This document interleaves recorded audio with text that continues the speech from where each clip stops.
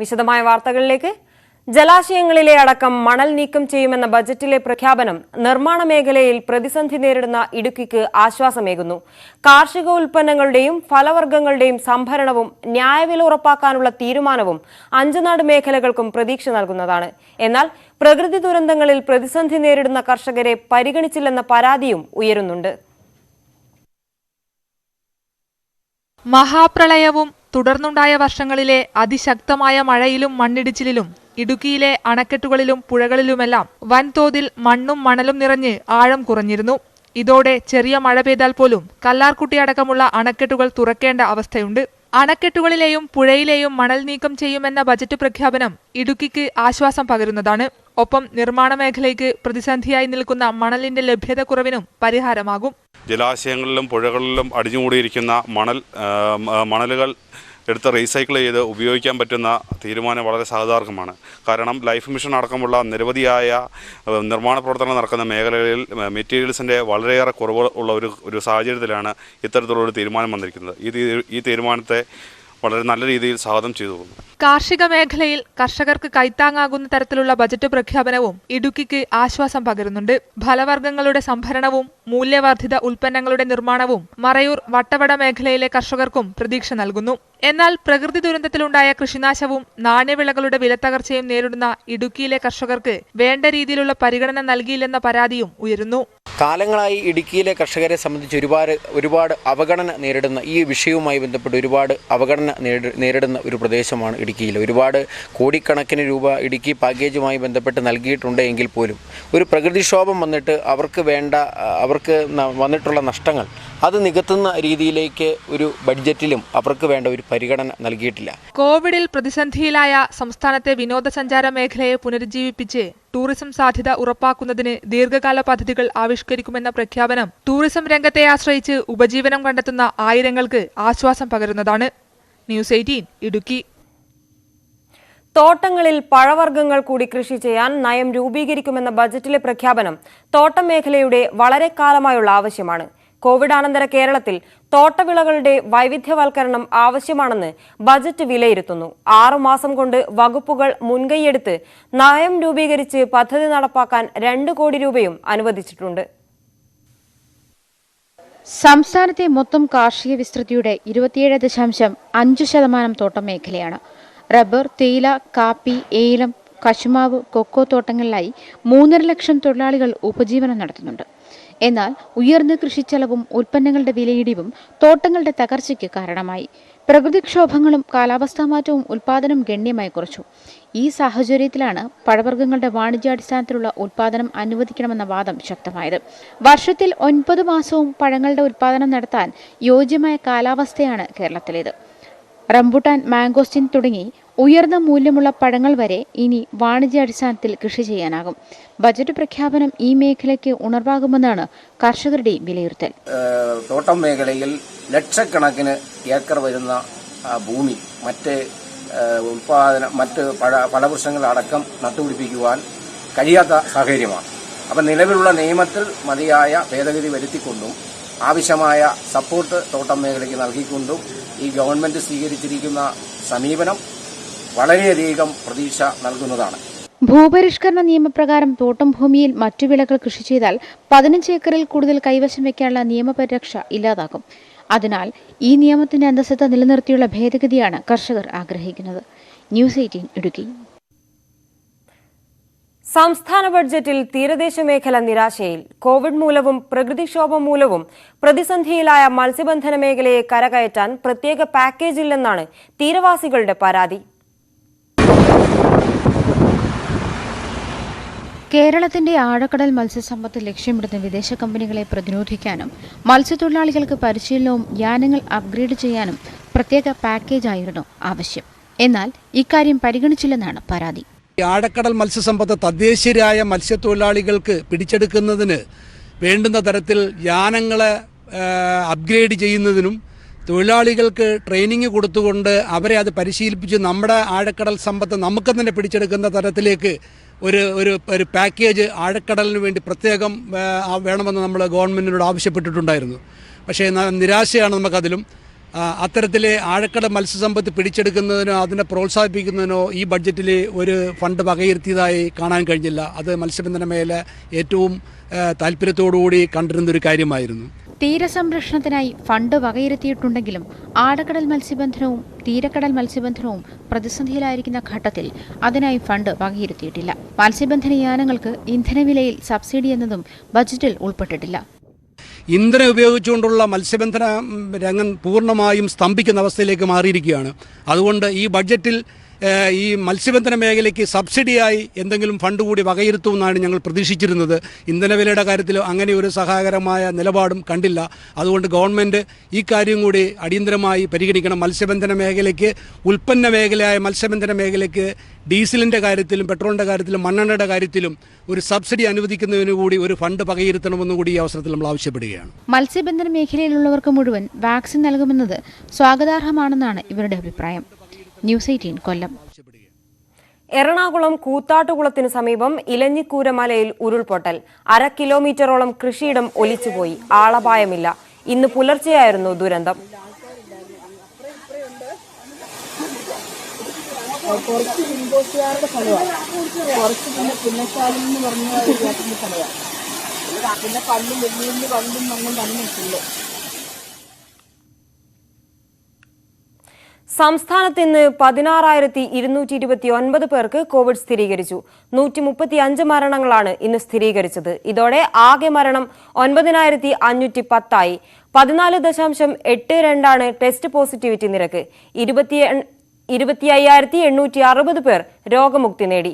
1,09,520 സാമ്പിളുകളാണ് കഴിഞ്ഞ 24 മണിക്കൂറിനിടെ പരിശോധിച്ചത്.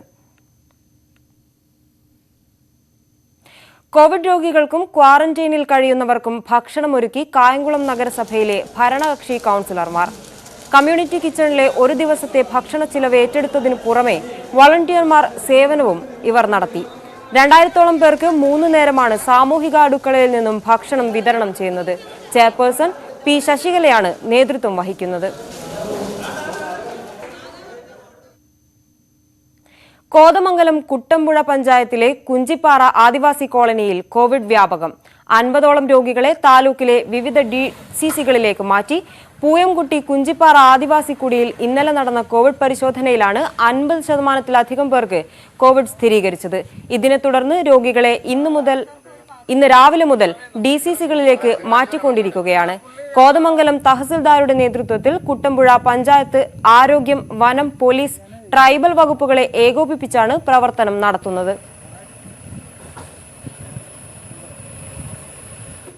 8 കിലോമീറ്ററോളം ദൂരെ കിടക്കുന്ന കാട്ടുപാതയിലൂടെ ജീപ്പുകളിലും മറ്റ് ചെറിയ ആംബുലൻസുകളിലുമായിട്ട് ഈ രോഗികളെ കൊണ്ടുവന്ന് ഈ കടത്തി ഇവിടെ അറേഞ്ച് ചെയ്തിട്ടുള്ള ആംബുലൻസിൽ കയറ്റിയാണ് ഇവരെ DCCകളിലേക്കും അതുപോലെ CFLTCകളിലേക്കും എത്തിച്ചുകൊണ്ടിരിക്കുന്നത്.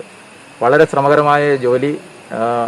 തീരുമ്പോഴേക്കും ഏതാണ്ട് 50ഓളം പേര് അവിടെ പോസിറ്റീവായി ഉള്ളവരുണ്ടെന്നാണ് നമുക്ക് ഇപ്പോൾ കിട്ടിയിരിക്കുന്ന വിവരം. അവരെ മുഴുവൻ മാറ്റിയതിനു ശേഷം മാത്രമാണ് ഈ പരിപാടി അവസാനിപ്പിക്കാനായിട്ട് കഴിയുകയുള്ളൂ. വർക്കല ഓടയത്ത് കോവിഡ് മാനദണ്ഡങ്ങൾ ലംഘിച്ച് സ്വകാര്യ റിസോർട്ടിൽ സീരിയൽ ഷൂട്ടിംഗ് നടന്നു. ക്രിട്ടിക്കൽ കണ്ടെയ്ൻമെന്റ് സോണായ പ്രദേശത്താണ് ഷൂട്ടിംഗ് നടന്നത്. പോലീസ് കേസെടുത്തു. ഓടയത്തെ പാം ട്രീ ഹെറിറ്റേജ് എന്ന സ്വകാര്യ റിസോർട്ടിലാണ് മാനദണ്ഡങ്ങൾ ലംഘിച്ച് ഷൂട്ടിംഗ് നടന്നത്. നിലവിൽ ക്രിട്ടിക്കൽ കണ്ടെയ്ൻമെന്റ് സോണാണ് പ്രദേശം. പോലീസിന് ലഭിച്ച രഹസ്യവിവരത്തെ തുടർന്നായിരുന്നു പരിശോധന. DYSP N ബാബുക്കുട്ടിന്റെ നേതൃത്വത്തിലുള്ള സംഘം സ്ഥലത്തെത്തി ഷൂട്ടിംഗ് നിർത്തിവയ്ക്കാൻ ആവശ്യപ്പെട്ടു. സംഭവത്തിൽ 18ഓളം പേർക്കെതിരെ കേസെടുക്കുമെന്ന് DYSP അറിയിച്ചു. ഇവിടെ ഏഷ്യാനെറ്റിലെ സീതാ കല്യാണം എന്ന് പറയുന്ന സീരിയലിൻ്റെ ഷൂട്ടിംഗ് നടക്കുന്നു എന്ന് നമ്മുടെ സംസ്ഥാന പോലീസ് മേധാവിക്ക് കിട്ടിയ വിശ്വാസയോഗ്യമായ അറിവിൻ്റെ അടിസ്ഥാനത്തിലാണ് ഇന്ന് ഞങ്ങളിവിടെ പരിശോധന നടത്തിയത്. ഇപ്പോൾ ഇവിടെ ഷൂട്ടിംഗ് നടക്കുന്നുണ്ടായിരുന്നു. ഏകദേശം 15ഓളം അംഗങ്ങളുണ്ട് ഇതിനകത്ത്. അവർക്കെതിരെ നടപടിയെടുക്കുന്നു. ഈ റിസോർട്ട് നടത്തുന്ന റിസോർട്ടിൻ്റെ ഉടമയ്ക്കെതിരെയും കേസ് രജിസ്റ്റർ ചെയ്യുന്നുണ്ട്. ക്യാമറ അടക്കമുള്ള സാമഗ്രികൾ റിസോർട്ടിലെ തന്നെ ഒരു മുറിയിൽ സീൽ ചെയ്ത് സൂക്ഷിക്കുമെന്നും പോലീസ് വ്യക്തമാക്കി. റിസോർട്ട് പ്രവർത്തിക്കുന്ന ഇടവ പഞ്ചായത്തിലെ 12 വാർഡിൽ കോവിഡ് പോസിറ്റിവിറ്റി നിരക്ക് 50%-ഓളമാണ്. റിസോർട്ട് ഉടമയുടെയും സീരിയൽ പ്രവർത്തകരുടെയും പേരിലാണ് കേസ്. ന്യൂസ് 18 വർക്കല. സിനിമാ ചിത്രീകരണത്തിനായി ജൂനിയർ ആർട്ടിസ്റ്റുകൾക്ക് വ്യാജ കോവിഡ് സർട്ടിഫിക്കറ്റ് തയ്യാറാക്കി നിർമ്മാതാവിൽ നിന്നും ലക്ഷങ്ങൾ തട്ടിയെടുത്ത യുവാവിനെ പോലീസ് അറസ്റ്റ് ചെയ്തു. വിനയൻ സംവിധാനം ചെയ്ത 19-ാം നൂറ്റാണ്ട് എന്ന സിനിമയ്ക്കായി ജൂനിയർ താരങ്ങളെ കൊണ്ടുവരാനാണ് ജൂനിയർ ആർട്ടിസ്റ്റ് കോർഡിനേറ്റർ തട്ടിപ്പ് നടത്തിയത്. സിനിമയുടെ പ്രൊഡക്ഷൻ എക്സിക്യൂട്ടീവ് നൽകിയ പരാതിയെ തുടർന്നാണ് യുവാവിനെ പോലീസ് അറസ്റ്റ് ചെയ്തത്.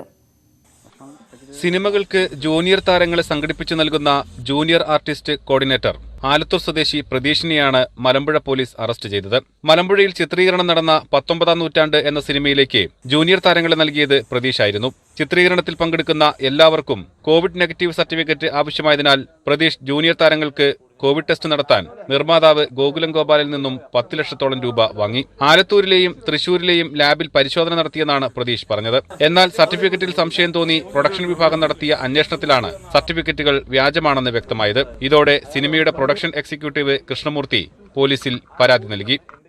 അപ്പോൾ ഈ സിനിമയ്ക്ക് വേണ്ട ജൂനിയർ ആർട്ടിസ്റ്റുകളെ സപ്ലൈ ചെയ്തിരിക്കുന്നത് പ്രതീഷ് എന്ന് പറഞ്ഞൊരു വ്യക്തിയായിരുന്നു. ആലത്തൂരുകാരനായ പ്രതീഷാണ് ഈ ജൂനിയർ ആർട്ടിസ്റ്റുകളെ സപ്ലൈ ചെയ്യുന്ന വ്യക്തികൾ.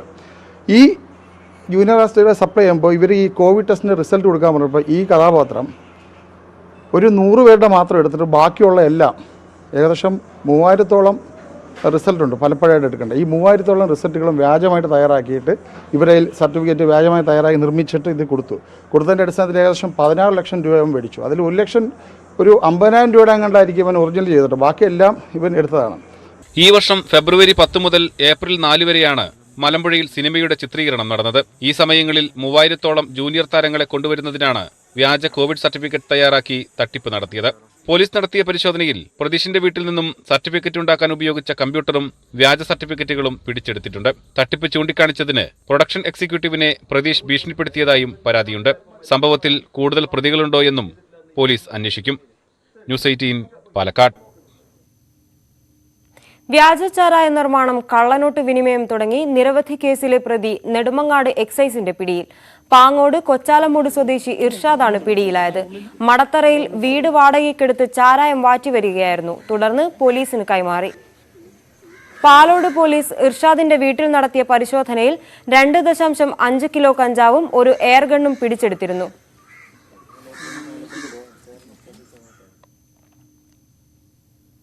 മലപ്പുറം തിരൂരങ്ങാടി വീട്ടിൽ നിർത്തിയിട്ടിരുന്ന ബൈക്ക് പൂർണ്ണമായും കത്തിനശിച്ചു. മച്ചിങ്ങത്താഴം സ്വദേശി അബ്ദുൾ സലാമിന്റെ ബൈക്കാണ് കത്തിനശിച്ചത്.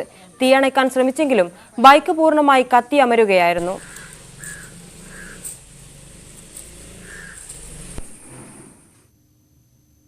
കുമളി മൂന്നാർ സംസ്ഥാന പാതയിൽ അപകട ഭീഷണി ഉയർത്തി നിൽക്കുന്നത് നിരവധി മരങ്ങൾ.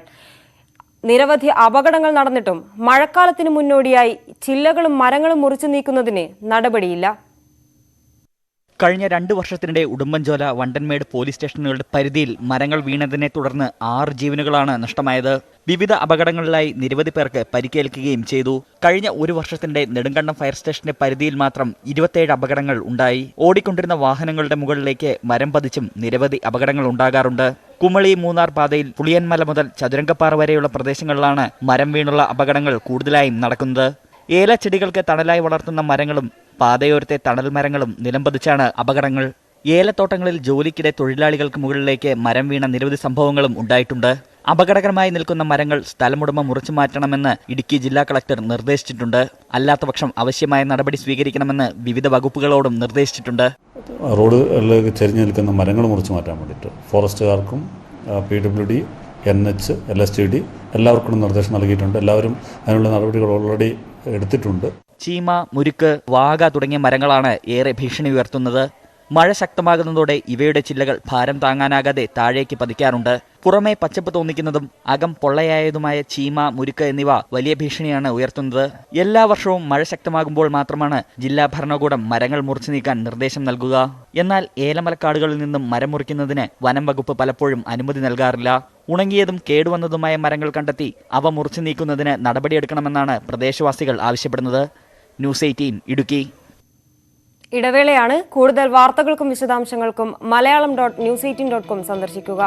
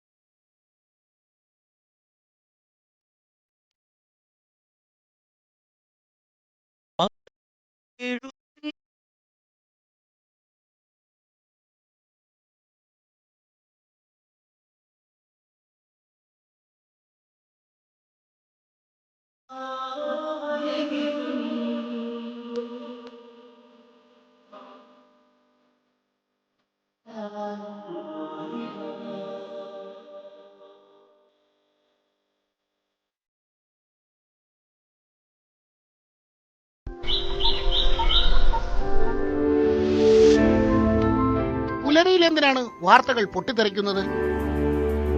സൗമ്യമായി പറഞ്ഞാൽ പോരെ കാര്യങ്ങൾ? വോട്ടിനെ കുറിച്ച് മാത്രമല്ല, അറിയണ്ടേ പാട്ടിനെ കുറിച്ചും. നമസ്കാരം, ന്യൂസ് 18 ഗുഡ് മോർണിംഗിലേക്ക് എല്ലാ പ്രേക്ഷകർക്കും സ്വാഗതം. ജാമ്യമോ കസ്റ്റഡിയോ? ട്രംപിനെ കുറിച്ച് മാത്രമല്ല, അറിയണ്ടേ വമ്പിനെ കുറിച്ച്.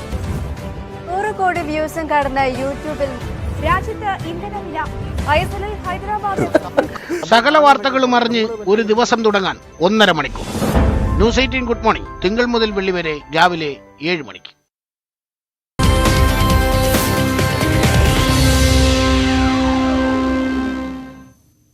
വീണ്ടും വാർത്തകളിലേക്ക്. ഇത്തവണ മികച്ച വിളവുണ്ടെങ്കിലും ഇടുക്കിയിലെ ഏത്തവാഴ കർഷകർ ആശങ്കയിലാണ്. വിളവെടുപ്പിന് അധിക നാളില്ലാത്തതിനാൽ കോവിഡ് പ്രതിസന്ധിയിൽ വിപണിയും വിലയും നഷ്ടമാകുമോ ആണ് ഇവരുടെ ആശങ്ക. കഴിഞ്ഞ തവണ കൃഷിനാശം സംഭവിച്ച കർഷകർക്ക് ഇതുവരെ നഷ്ടപരിഹാരം ലഭിച്ചില്ലെന്ന പരാതിയും കർഷകർ ഉന്നയിക്കുന്നുണ്ട്. കർഷകർ നട്ടുപരിപാലിക്കുന്ന വാഴകൾ പലപ്പോഴും മഴക്കാലം കവർന്നെടുക്കും. ഇതിനെയെല്ലാം അതിജീവിച്ച് വിളവെടുത്ത് വിപണിയിലെത്തിച്ചാൽ ന്യായമായ വിലയും ലഭിക്കാറില്ല. കഴിഞ്ഞ വർഷം കോവിഡിൽ ഓണവിപണി നഷ്ടമായതോടെ കർഷകർക്ക് ലക്ഷങ്ങളുടെ നഷ്ടമാണുണ്ടായത്. എന്നാൽ ഇത്തവണ മുൻകാലങ്ങളിൽ നിന്നും വ്യത്യസ്തമായി മികച്ച വിളവുണ്ട്. പക്ഷേ കോവിഡിൽ കുടുങ്ങി ഇത്തവണത്തെ ഓണക്കാലം കൂടി നഷ്ടമാകുമോ എന്ന ആശങ്കയിലാണ് ഹൈറേഞ്ചിലെ കർഷകർ. ഇത്തവണ 800 വാഴയുണ്ട്. കഴിഞ്ഞ കാലം 950 വാഴയുണ്ടായിരുന്നു. 950 വാഴയും കാറ്റടിച്ചുകൊണ്ട് മുട്ടും കൊടുത്തുനിന്ന് കെട്ടുപോവുക. കെട്ടിയിട്ട് സർക്കാർ അപേക്ഷയൊക്കെ കൊടുത്തു, ഇൻഷുറൻസ് ചെയ്തിട്ട് 5 പൈസ അതിനൊന്നും കിട്ടിയില്ല. പിന്നെ ഈ തവണ കാശ് പരിശീലിക്കാൻ മേടിച്ചാണ് ഈ വാഴ കൃഷി ചെയ്തേക്കുന്നത്. 10-900 വാഴയുണ്ട്. എല്ലാം കൊലയും നല്ലതാണ്. എല്ലാം മുട്ടും കൊടുത്ത് വള്ളിയും കെട്ടി എല്ലാം ഇപ്പോൾ വളം മരുന്ന് നമുക്ക് മേടിക്കണമെങ്കിൽ കാശിന് ഭയങ്കര വിലയല്ലേ. അതെല്ലാം വായ്പയൊക്കെ ആയിട്ട് കടമൊക്കെ ആയിട്ട് മേടിച്ചാണ് ഇപ്പോൾ ഈ കൃഷി ചെയ്തേക്കുന്നത്. ഓണാകുമ്പോഴത്തേക്കും വിലയാണ് കിട്ടിയില്ലെങ്കിൽ കർഷകൻ്റെ ജീവിതം പാഴായത് തന്നെയാണ്. വളങ്ങൾക്കും കീടനാശിനികൾക്കും വില വർദ്ധിക്കുന്നതും ഏത്തവാഴ കർഷകർക്ക് തിരിച്ചടിയാണ്. ഇതോടൊപ്പമാണ് വിളവെടുക്കുന്ന ഏത്തക്കുലകൾ വിറ്റഴിക്കാൻ കഴിയാത്ത സാഹചര്യവും. ഏത്തവാഴ കർഷകർക്ക് വിപണിയും വിലസ്ഥിരതയും ഉറപ്പാക്കുന്നതിന് നടപടിയുണ്ടാവണമെന്ന് കർഷകർ ആവശ്യപ്പെടുന്നു. ന്യൂസ് 18 ഇടുക്കി. ലോക്ഡൌൺ നിയന്ത്രണങ്ങളും പ്രകൃതിക്ഷോഭവും ഏലം കർഷകരെ പ്രതിസന്ധിയിലാക്കുന്നു. ഒരാഴ്ചക്കിടെ 650 ഹെക്ടറിലെ ഏലം കൃഷി നശിച്ചതായാണ് കണക്കുകൾ വ്യക്തമാക്കുന്നത്. ജൂണിൽ തുടങ്ങുന്ന പുതിയ സീസണിൽ ഉൽപാദനം കുറയുമെന്ന ആശങ്കയുമുണ്ട്. ലോക്ഡൌണിന് മുൻപ് ഏലക്കായുടെ വില കിലോഗ്രാമിന് 1000 രൂപയ്ക്ക് താഴെ എത്തിയിരുന്നു. വിലയിടിവിനൊപ്പം ലോക്ഡൌൺ നിയന്ത്രണങ്ങളും വന്നതോടെ കർഷകർ പ്രതിസന്ധിയിലായി. കഴിഞ്ഞയാഴ്ചയുണ്ടായ കാറ്റിലും മഴയിലും വ്യാപകമായി ഏലകൃഷി നശിച്ചു. 650 ഹെക്ടറോളം പ്രദേശത്തെ ഏലച്ചെടികളാണ് കാറ്റിൽ ഒടിഞ്ഞുപോയത്. ചെടികൾ നശിച്ചതിനാൽ ജൂണിൽ തുടങ്ങുന്ന അടുത്ത സീസണിൽ ഉൽപാദനത്തിലും ഗണ്യമായ കുറവുണ്ടാകും. അതുപോലെ നമ്മുടെ ലേലങ്ങൾ പുനരാരംഭിച്ചില്ലെങ്കിൽ ഇതിന് ഇനിയും വില ഇടിയോ നേരിടുകയും ഇതെടുക്കാൻ ആളില്ലാതെ വരികയും ചെയ്യും.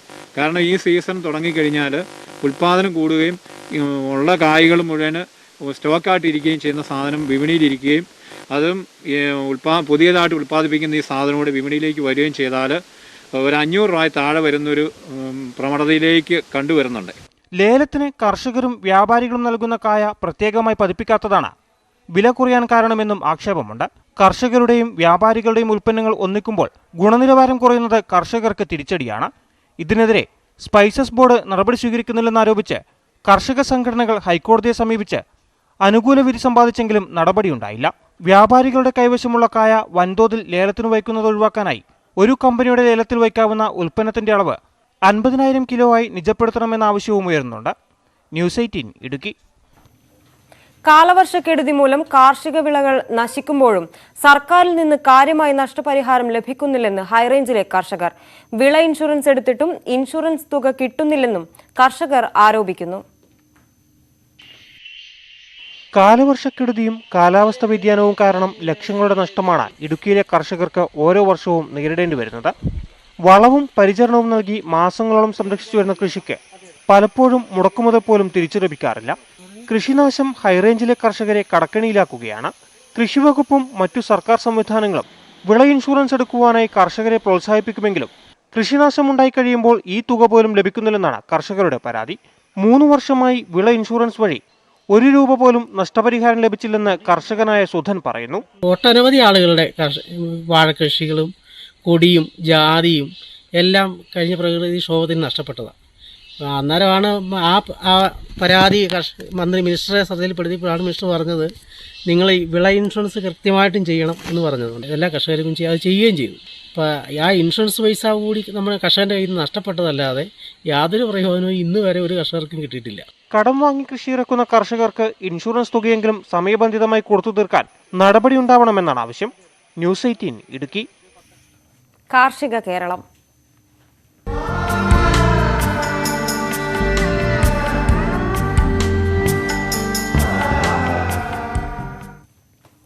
നെൽപ്പാടങ്ങൾ പടിയിറങ്ങുന്ന ഇടുക്കി രാജാക്കാട്ടിൽ നെൽകൃഷി തിരിച്ചെത്തിക്കുന്നതിനു വേണ്ടി ലാഭനഷ്ടങ്ങളുടെ കണക്ക് നോക്കാതെ തരിശുപാടങ്ങൾ വിളനിലമാക്കി മാറ്റുകയാണ് നെൽമണി കർഷക കൂട്ടായ്മ.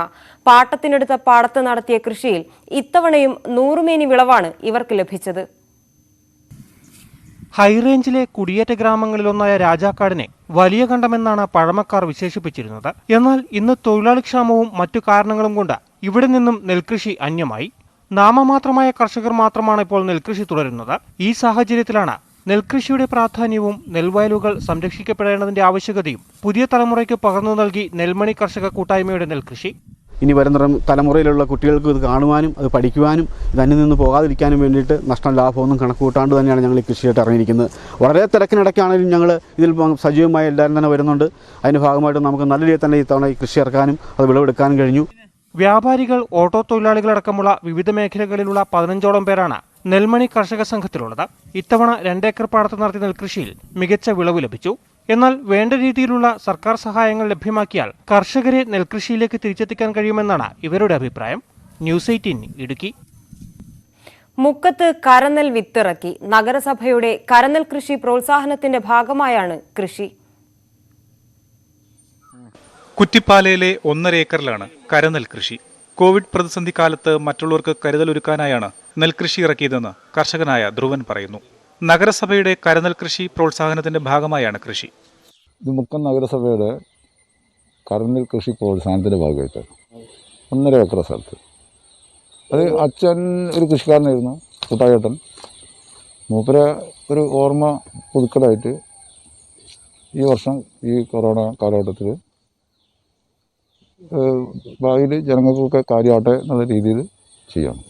കരനെൽ കൃഷിയുടെ വിത്തിറക്കൽ മുക്കം നഗരസഭാ ചെയർമാൻ PT ബാബു നിർവഹിച്ചു. ഈ പദ്ധതി ഓരോ വർഷവും കർഷകർക്ക് ആവശ്യമായിട്ടുള്ള നിലമൊരുക്കുന്നതിന് ആവശ്യമായിട്ടുള്ള സംവിധാനമൊക്കെ എല്ലാ സഹായങ്ങളും നഗരസഭ ചെയ്യുന്നുണ്ട്.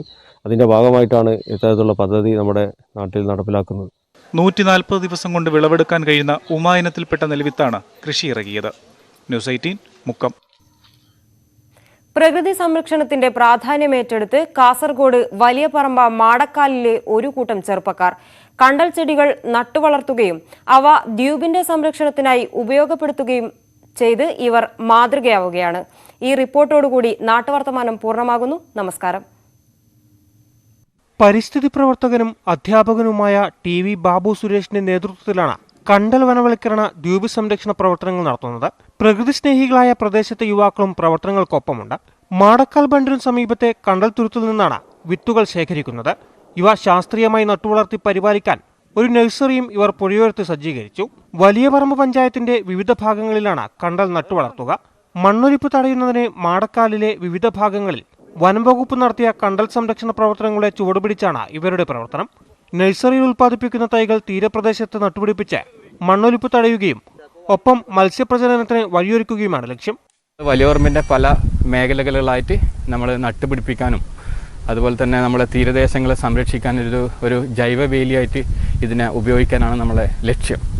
അതുപോലെ തന്നെ മത്സ്യങ്ങളുടെ പ്രജനനത്തിനും അതിൻ്റെ സമ്പത്ത് വർദ്ധിപ്പിക്കുന്നതിനും ഇത് വലിയൊരു അളവോളം ഗുണം ചെയ്യും.